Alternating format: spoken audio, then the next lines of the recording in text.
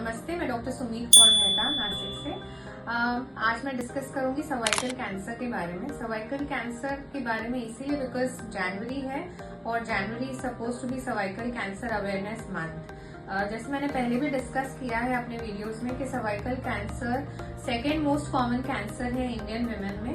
सबसे पहले breast cancer है। तो इसके सिम्टम्स क्या हो सकते हैं?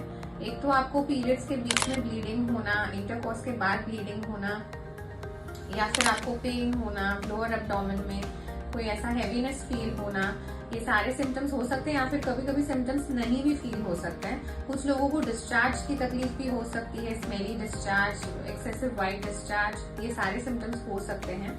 एंड इसके रिस्क फैक्टर्स क्या हो सकते हैं? तो basically Indian population is at very high risk. सबसे पहला तो अगर आपको एचपीवी का इन्फेक्शन अगर हो चुका है तो स्ट्रॉन्गेस्ट रिस्क फैक्टर माना जाता है। दूसरा, अगर आपका इम्यूनिटी लो है। तीसरा, अगर तो आप स्मोकिंग वगैरह करते हो, और ये लोअर सोशियो इकोनॉमिक क्लास में भी ज्यादा पाया जाता है।